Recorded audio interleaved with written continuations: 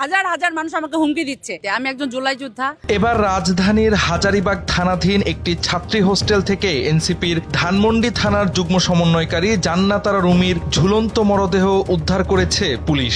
বৃহস্পতিবার সকালে জিগাতলা পুরাতন কাঁচাবাজার রোড এলাকায় অবস্থিত জান্নাতি ছাত্রী হোস্টেলের ৫ম তলা থেকে তার মরদেহ উদ্ধার করা হয়। গেল মাসে ধানমন্ডি ৩২-এ এক নারী জয় বাংলা স্লোগান দিলে তাকে পুলিশের হাতে তুলে দিয়ে আলোচনায় আসেন এই নারী নেত্রী। এরপর থেকে ক্রমাগত মৃত্যুর হুমকি পেয়ে আসছিলেন বলে জানান এনসিপির যুগ্ম সদস্য সচিব তারেক রেজা। এনসিপি নেত্রীর মরদেহ পাওয়ার খবর প্রকাশ করে দেওয়া এক পোস্টে কথা জানান তিনি। পোস্টে তারেক বলেন, রুমিকে হত্যার থ্রেট দেওয়া হয়েছে ১ মাস ধরে। এটা আত্মহত্যা না হয়ে সরাসরি খুনও হতে পারে।